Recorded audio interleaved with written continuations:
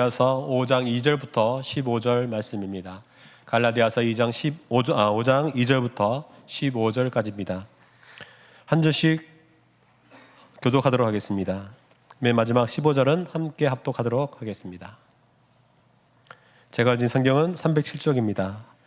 차이신 줄 알고 말씀 읽도록 하겠습니다. 보라, 나 바울은 너에게 말하노니 너희가 만일 할례를 받으면 그리스도께서 너희에게 아무 유익이 없으리라.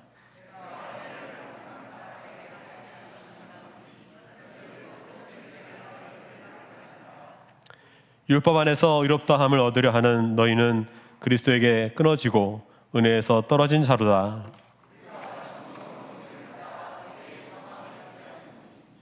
그리스도 예수 안에서는 할례나 무할례나 효력이 없으되 사랑으로서 역사하는 믿음뿐이라.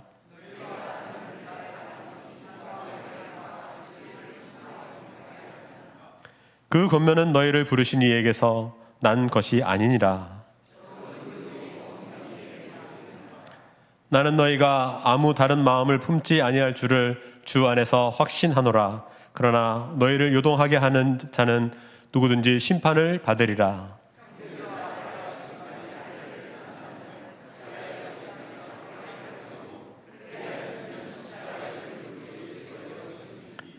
너희를 어지럽게 하는 자들은 스스로 베어버리기를 원하노라.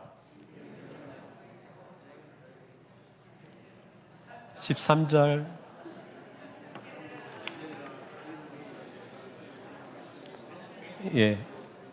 다시 한번 성경을 찾으시고요. 13절 같이 읽겠습니다. 형제들아, 너희가 자유를 위하여 부르심을 얻었으나 그러나 그 자유로 육체의 기회를 삼지 말고 오직 사랑으로 서로 종노릇하라. 온 율법은 죄송합니다. 15절까지인데요. 온 율법은 내 이웃 사랑하기를 내 자신같이 하라 하신 한 말씀에서 이루어졌느니 같이 하겠습니다. 만일 서로 물고 먹으면 피차 멸망할까 조심하라. 아멘.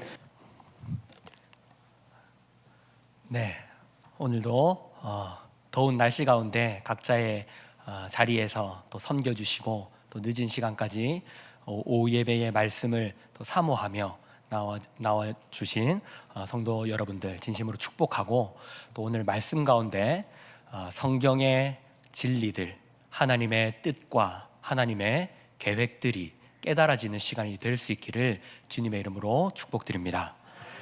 네, 오늘도 율법과 은혜에 대해서 한 번 더 말씀을 나누도록 하겠습니다. 다른 말씀을 준비를 할까, 아니면 이 말씀에 대해서 조금 더 나누어 볼까 생각을 하다가 신앙의 본질을 이어서 쭉 한 번 더 이 부분에 대해서 우리가 더 밝히 알면 좋겠다라는 생각이 들어서 한 번 더 이어서 본문을 연결해서 준비해 보았습니다. 기독교 신앙과 세상 종교가 구분되는 것은, 세상 종교는 하나님이 아니라 신께 인간이 열심을 들여서 무언가를 얻는 구조입니다. 이것은 기독교를 제외한 모든 종교가 그러한 형식과 형태를 가지고 있습니다. 쉽게 말해서 인과응보에 따라서 무언가를 얻게 되는 것이 세상 종교입니다. 그러나 기독교는 다릅니다. 신이 인간을 찾아오며 신이 인간을 위해서 설득하고 사랑하고 죽어주는 것, 그것이 기독교입니다. 기독교는 도덕을 넘어서며 인과응보를 넘어서는 것입니다. 왜 그렇겠습니까? 세상의 종교들은 결국 인간이 만들어낸 우상에 불과하기 때문에 인간의 생각 밖에서 일어날 수 없는 일입니다. 인간이 생각하기에 최고는 도덕인 것이죠. 잘해야 복을 받는 것, 잘못하면 나쁜 일이 생기는 것, 이것이 인간이 생각해낼 수 있는 최선입니다. 하지만 하나님은 그것을 넘어서겠다라고 말씀하십니다. 우리는 이것이 기독교의 본질임을 이해하고 신앙생활을 해야 합니다. 제가 율법과 은혜, 율법과 다른 말로는 복음이라고도 할 수 있겠죠. 이것을 나누려고 하는 것은 이것이 너무나 우리의 신앙의 본질에서 중요한 부분들이기 때문입니다. 우리는 복음과 복음이 아닌 것들을 구분해야 합니다. 복음이 아닌 것을 가지고 신앙생활을 하게 된다면 본질과는 다른 그러한 삶의 모습들이 나타나게 됩니다. 무엇이 복음이 아닙니까? 복음과 복음이 아닌 것들이 있습니다. 제가 손을 이렇게 하는 것은 복음의 양극단으로 나가는 것들이 복음이 아니기 때문입니다. 복음이 아닌 것, 한쪽은 율법주의가 있습니다. 내가 하나님께 무언가를 하기 때문에 받아들여진다. 내가 하나님께 순종하기 때문에 내가 구원을 받고 복을 받는다. 그리고 반대쪽 극단은 반율법주의가 있습니다.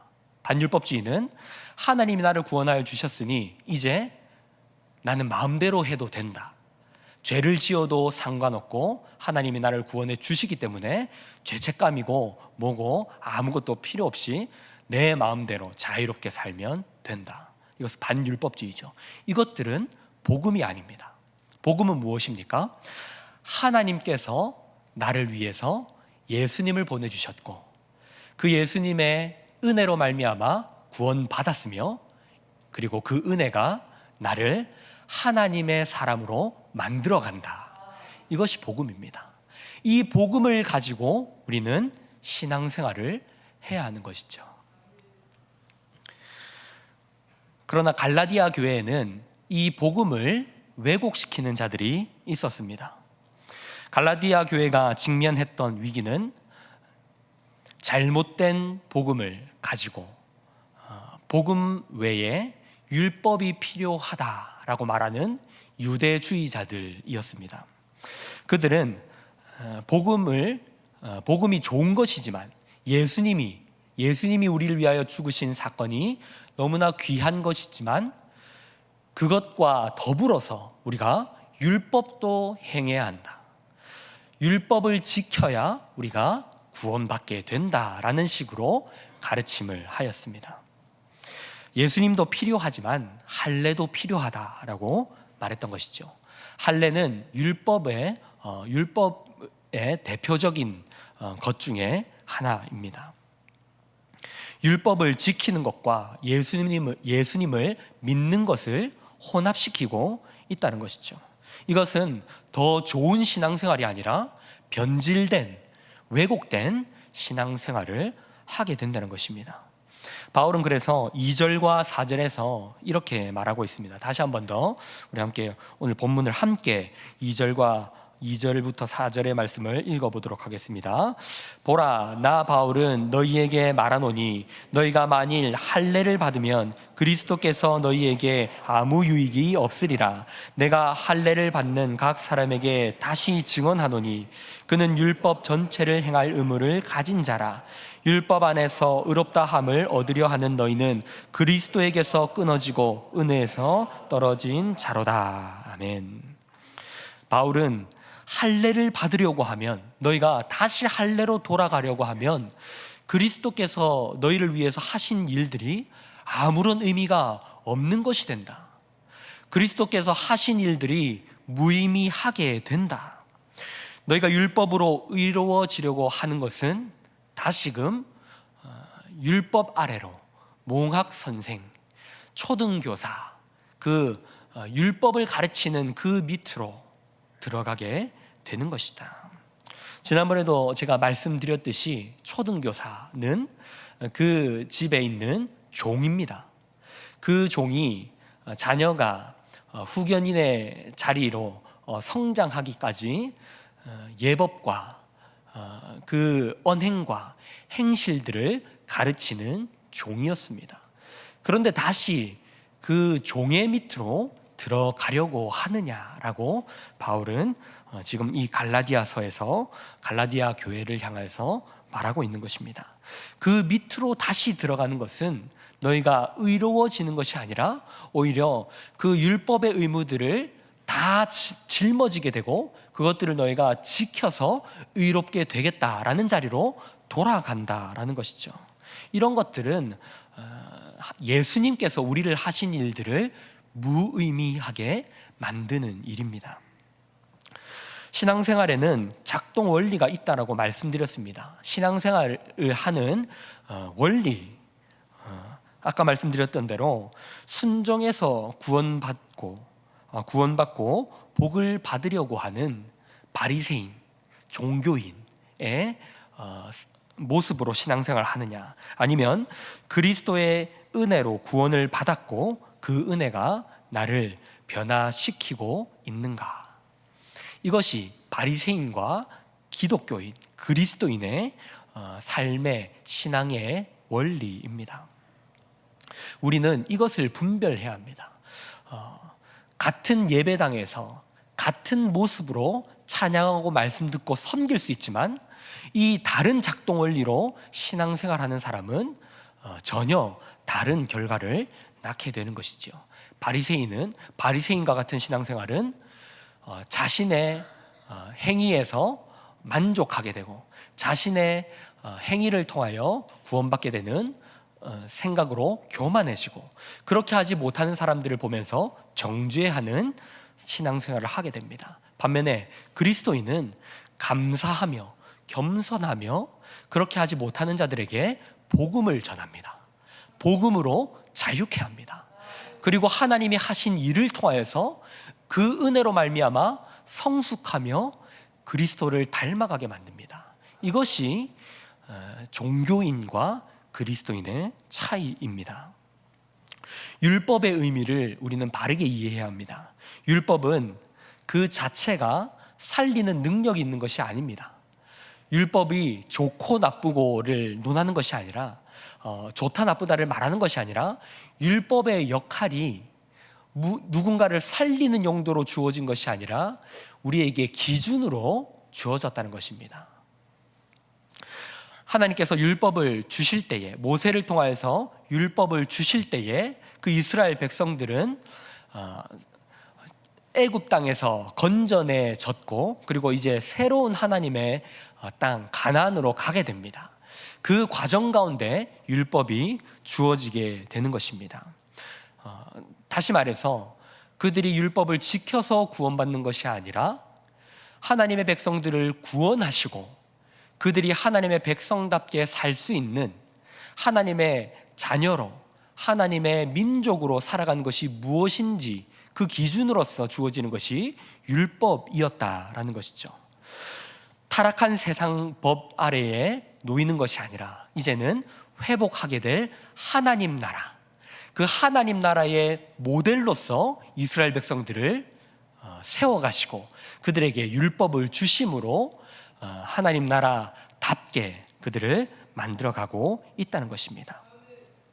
여기서 우리가 잘 이해해야 할 것은, 한번 생각해 보십시오. 출애굽과 가나안 입성, 출애굽과 가나안 입성. 하나님께서 출애굽할 때에는 이스라엘 백성들이 한 것이 없습니다. 하나님께서 그들을 건져낼 때에는 하나님이 전적으로 하십니다. 하지만 가나안으로 들어가게 될 때에는 하나님이 혼자서 하지 않으시고 그들이 율법을 지키며 순종하며 가나안에 들어가게 하십니다. 가나안 입성을 하고 나서도 마찬가지입니다. 가나안 입성을 할 때에는 하나님의 은혜로 들어가게 되었지만, 하나님의 약속으로 이 땅을 너에게 주겠다라는 약속으로 들어가게 되지만, 그 땅을 정복하는 일에는 하나님이 하시는 것이 아니라 그 백성들이 하게 됩니다. 이것이 무슨 의미입니까? 우리에게 주어진 신앙 현실이 그렇다는 것입니다. 우리가 구원받는 것은 우리의 힘으로, 우리의 공로로 하는 것이 아니지만, 구원받은 그 이후에 하나님의 자녀가 되고 나서 하나님의 백성으로 이 땅을 살아가는 것은 우리가 순종하며 우리가 그 말씀 가운데 살아감으로 이루어지게 된다는 것입니다. 이것은 구원에 관한 말이 아닙니다. 구원은 전적으로 하나님이 하는 것이며, 하나님께서 구원 그 이후의 삶이 있다고 말씀하시며 우리를 그렇게 인도하고 있는 것입니다. 신자들의 삶도 출애굽 이후에 광야 생활, 가나안에 들어가기 전 광야 생활과 같은 것입니다. 우리가 살아가고 있는 신앙 현실이 그런 것입니다. 가나안에 입성한 이후에 가나안 땅들을 정복하는 그 과정이 신앙생활, 신자들의 현실인 것입니다. 우리는 이것을 잘 이해해야 우리가 주어진 신앙의 현실이 무엇인지를 바르게 이해하고 율법주의가 아니라, 반율법주의가 아니라 복음으로 거듭나는 하나님의 백성의 삶을 살아가게 되는 것입니다. 율법을 우리는 잘 이해해야 하는데요, 율법은 은혜를 담는 그릇으로 주어져 있는 것입니다. 율법이 없으면 은혜가 은혜되지 않습니다. 율법이 주어지지 않으면 은혜를 담을 그릇이 없습니다. 은혜를 그냥 툭 던져주면 그것이 은혜인지, 율법이 없으면 은혜인지 모른다는 것입니다. 율법이 은혜를 담고 율법이 은혜를 드러내는 역할을 하는 것입니다. 은혜는 기쁘고 복된 것이지만 율법의 정죄함이 없다면 그 은혜는 은혜되지 못합니다. 그래서 율법은 그리스도를 가리키고 있는 것입니다. 율법 자체가 좋은 것이지만 그것이 우리를 구원하거나 그것이 생명을 낳는 능력이 없다는 것은 그 율법을 통하여서 은혜가 주어져야 하기 때문입니다. 율법이 하는 것은 우리가 죄인이라는 것을 드러내고 은혜를 기다리게 만드는, 오실 그리스도를 기다리게 만드는 역할을 하고 있는 것이죠. 그래서 율법에는 그리스도를 바라보는 소망을 품게 하는 역할이 담겨 있는 것입니다. 로마서 7장을 한번 찾아보도록 하겠습니다. 앞부분으로 넘어가시면 됩니다. 로마서 7장, 제가 가진 성경 248페이지인데요. 한번 찾아보도록 합시다. 로마서 7장 7절부터 10절의 말씀을 볼 텐데요. 한번 7절의 말씀을 한번 보시겠습니다. 로마서 7장 7절 우리 함께 합독하도록 하겠습니다. 그런즉 우리가 무슨 말을 하리요? 율법이 죄냐? 그럴 수 없느니라. 율법으로 말미암지 않고는 내가 죄를 알지 못하였으니 곧 율법이 탐내지 말라 하지 아니하였더라면 내가 탐심을 알지 못하였으리라. 아멘. 율법이 무엇을 가르쳐 준다고요? 우리 마음에 죄를 가지고 있다는 것을 보여줍니다. 내가 탐심을 가지고 있다는 것을 율법을 통해서 깨닫게 되는 것입니다. 8절부터 10절 계속해서 한번 읽어보도록 하겠습니다. 그러나 죄가 기회를 타서 계명으로 말미암아 내 속에서 온갖 탐심을 이루었나니 이는 율법이 없으면 죄가 죽은 것임이라. 전에 율법을 깨닫지 못했을 때에는 내가 살았더니 계명이 이름에 죄는 살아나고 나는 죽었도다. 생명에 이르게 할 그 계명이 내게 대하여 도리어 사망에 이르게 하는 것이 되었도다. 무슨 말입니까? 율법이 죄를 죄되게 한다. 그런데 이 죄가 계명을 타고 들어와서 나를 죽인다. 생명에 이르게 해야 할 그 계명이 나를 죽게 만들고 사망으로 이끌어가고 있다라고 말합니다. 9절에서는 전에 율법을 깨닫지 못했을 때에는 내가 살았다. 이 계명을 지켜서 내가 사는 줄 알았는데 그러나 알고 보니 내가 이 계명으로 말미암아 죽고 있던 것이더라. 바울은 이런 것입니다. 예수 그리스도를 만나기 전에, 복음을 깨닫기 전에는 내가 율법을 지켜서 의로운 자인 줄 알았다는 것입니다. 그런데 그리스도를 만나고 보니 나는 죄인이었더라. 나는 율법으로 온전해질 수 없으며 나는 율법을 열심히 지켰으나 그 율법이 나에게 말하는 것은 죄밖에 없더라. 율법의 그 정신을 알고 나니 나는 내가 했던 것들은 모든 것이 사망으로 인도하는 죄였더라. 율법이 하는 것이 우리가 죄인이며 죽을 존재라는 것을 말하고 있는 것이었더라. 바울이 이것을 깨닫게 된 것입니다. 그러므로 율법은 지켜서 온전하게 되는 것이 아니라 지키지 못하여서 우리가 은혜가 필요한 존재라는 것을 깨닫게 하는 용도이다라는 것이죠. 하나님은 그렇다면 은혜를 통하여서 이 율법을 통하여서 은혜를 바라보게 하시는데, 이 은혜를 통하여서 우리를 구원하시는데, 그렇다면 은혜를 통하여서 우리를 어떤 자리로 끌고 가시고자 하는 것입니까? 은혜가 최종 목표가 아닙니다. 은혜를 주어서 내가 너희를 구원한다, 끝이 아니라는 것이죠. 은혜를 통하여서 이제 하나님은 우리에게 자유와 책임의 자리로 인도하십니다. 율법 아래에 있을 때는 우리가 할 수 있는 것이 정죄밖에 없습니다. 지켰냐, 지키지 않았느냐. 그러나 이제 은혜로 말미암아 그 정죄의 자리에서 벗어나게 됩니다. 그렇다면 그 정죄의 자리에서 벗어나게 하는 이유가 무엇입니까? 율법을 더욱더 잘 지키게 하려고. 이해되십니까? 이 말이 이해돼야 됩니다. 무슨 말이냐면, 율법 아래에 있을 때는 네가 지켰냐 지키지 못했냐 그 정죄밖에 할 것이 없지만, 은혜로 말미암아 우리가 그 자유인으로서 율법을 지키게 될 때에는 틀려도 죽는 것이 아니라 괜찮아, 더 잘해봐, 괜찮아, 넘어져도 일어서면 돼, 다시 해봐의 자리로 옮겨졌다는 것입니다.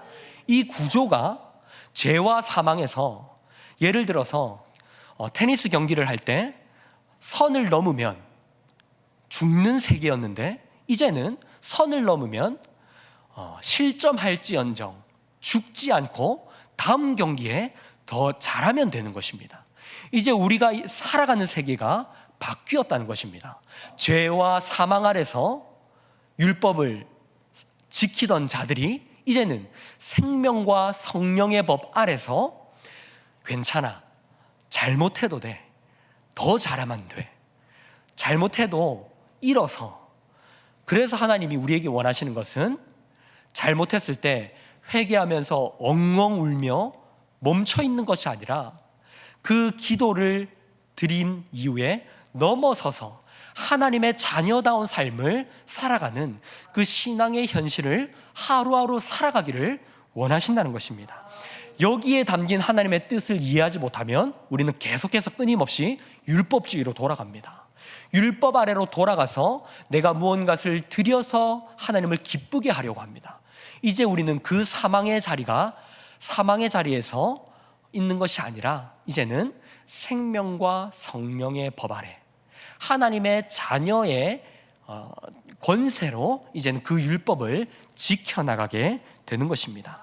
그래서 율법은 은혜로 우리를 떠밀고, 이 율법과 은혜가 함께 하는 역할이 우리를 자유와 책임의 자리로 밀고 간다는 것입니다. 그 은혜가 우리를 구원하여서 이제는 반율법으로 빠지는 것이 아니라 방종으로 가는 것이 아니라 우리는 자유인으로서 하나님의 기업을 물려받은 종이 아닌, 하갈의 자녀가 아닌 사라의 자녀로서, 약속된 후손으로서 자유롭게 그 기업을 물려받아서 우리는 그 율법을 행하게 되는 존재로 서게 되는 것입니다. 율법과 은혜가 좀 이해가 되십니까? 이것이 이해가 되어야 우리는 하나님이 원하시는 신앙인으로 우리에게 주어진 현실에서 살아갈 수 있습니다. 율법의 종노릇하면서 내가 이걸 지켜야 하나님을 기쁘게 한다라는 식의 율법주의, 바리새주의가 아니라 하나님이 나를 위해서 이런 일들을 베푸셨다, 복음입니다. 그 복음으로 나는 자유하며 이제 내가 종으로서 섬기는 것이 아니라 하나님의 자녀로서, 자유인으로서 그 사랑을 실천한다. 하나님께서 이렇게 하시는 이유가 무엇이라고요? 왜 우리에게 자유인의 자리로 끌고 가시고 종이 아니라 당신의 자녀로 삼으셔서 이런 일들을 하게 하신다고요? 하나님이 우리에게 원하시는 일이 사랑이기 때문입니다. 하나님이 자신의 형상으로, 당신의 형상으로 우리를 지으셔서 하시고 싶으신 일이 영원히 사귀자고 하십니다. 나와 사랑을 하며 믿음을 나누며 신의를 나누며 인간다움이 뭔지를 우리가 해보자라고 말씀하십니다. 그래서 우리는 세상 가운데 사랑을 실천하는 자유자로 존재하며 사람들을 정죄하는 자가 아닌, 율법의 멍에를 가지고 다른 사람을 정죄하는 자가 아닌 자유자로서 마음껏 하나님의 형상으로서 사랑하고, 그리고 그 사랑의 책임을 지는 자들입니다. 우리는 심사위원으로 세상에 부름받지 않았습니다. 잘잘못을 따지는 자들로 부름받지 않았습니다. 우리는 힘들고 어려움에 처한 자들, 자신의 잘못으로 어찌할 바를 몰라 하는 자들, 세리와 사기꾼과 매춘부와 세상에서 버림받은 자들, 도저히 자신의 힘으로는 어떻게 할지 알지 못하는 자들, 그 자들에게 함께 짐을 지며 그들이 갈 길이 무엇인지를 그리스도께서 보여주신 것처럼 보여주는 자들, 바로 세상의 동료로 우리는 부름받은 것입니다. 그런 의미에서 우리는 내 옆에 있는 배우자와 함께 묶여 있습니다. 저 사람이 아니면 내 인생이 편했을 텐데 라고 생각하는 그 사람과 우리는 묶여서 하나님의 사랑이 무엇인지를 배워갑니다. 그들을 지적하고 책망하고 정죄하는 자리가 아니라 그들을 이해하고 섬기고 그리스도의 사랑을 보여줌으로 우리는 하나님의 백성임을 드러내게 됩니다. 언약이라는 말은 히브리어로 베리트입니다.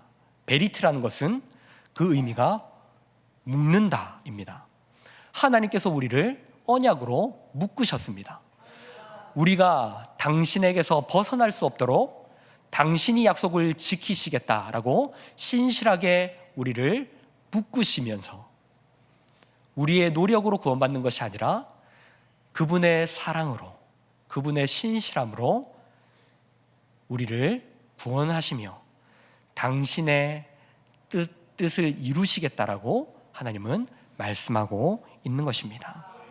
이제 우리는 그 하나님의 은혜로 말미암아 자유인이 되었습니다. 이제 우리는 억지로 그리고 강압적으로 율법을 지킬 필요가 없습니다. 율법을 지키지 않는다고 해서 우리는 벌을 받거나 저주에 놓이거나 지옥에 가는 것이 아닙니다. 하지만 죄책감을 가져야죠. 하나님이 그 놀라운 은혜를 베푸셨음에도 불구하고 그 은혜를 모른 자로 살아가는 죄책감을 가져야죠. 그리고 그 죄책감에 머무르는 것이 아니라 다시금 돌아온 탕자처럼 아버지의 사랑에 감동하여서 감화되어서 그 아버지의 사랑을 실천하는 자들이 되어야 하는 것입니다. 이것을 위해서 우리에게 하나님은 자유를 주십니다. 자유가 없으면 공포밖에 남는 것이 없습니다. 혹시 그 북한에서 열병식을 하는 것을 본 적이 있으십니까? 거기에서 찬양과 경배는 뭔가 사랑이 없고 그 경배를 보면서 드는 마음은 공포입니다. 그들이 경배하는 모습은 부럽다 혹은 나도 저렇게 찬양하고 싶다가 아닌 불쌍하다 아니면 공포스럽다가 느껴지는 겁니다. 왜냐하면 그들에게는 자유가 없기 때문입니다. 하나님이 우리에게 자유를 가지고 찬양하게 하십니다.